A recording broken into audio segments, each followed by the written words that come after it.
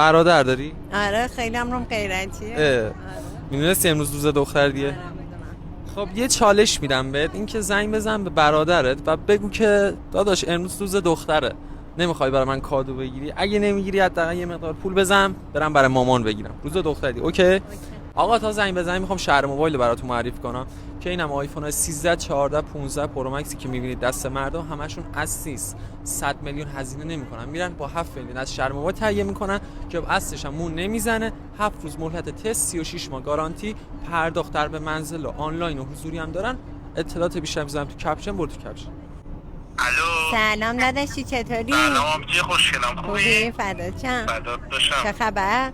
سلامتی، تو چه خبر؟ سلامتی. میدونی که روز دختره؟ روزت مبارک خوشگلم، من میشنم ندونم. مرسی. ببین من اومدم خرید، خب میتونی واسه من یکم پول بریزی برای روز دختر؟ من میخوام لباس بخرم.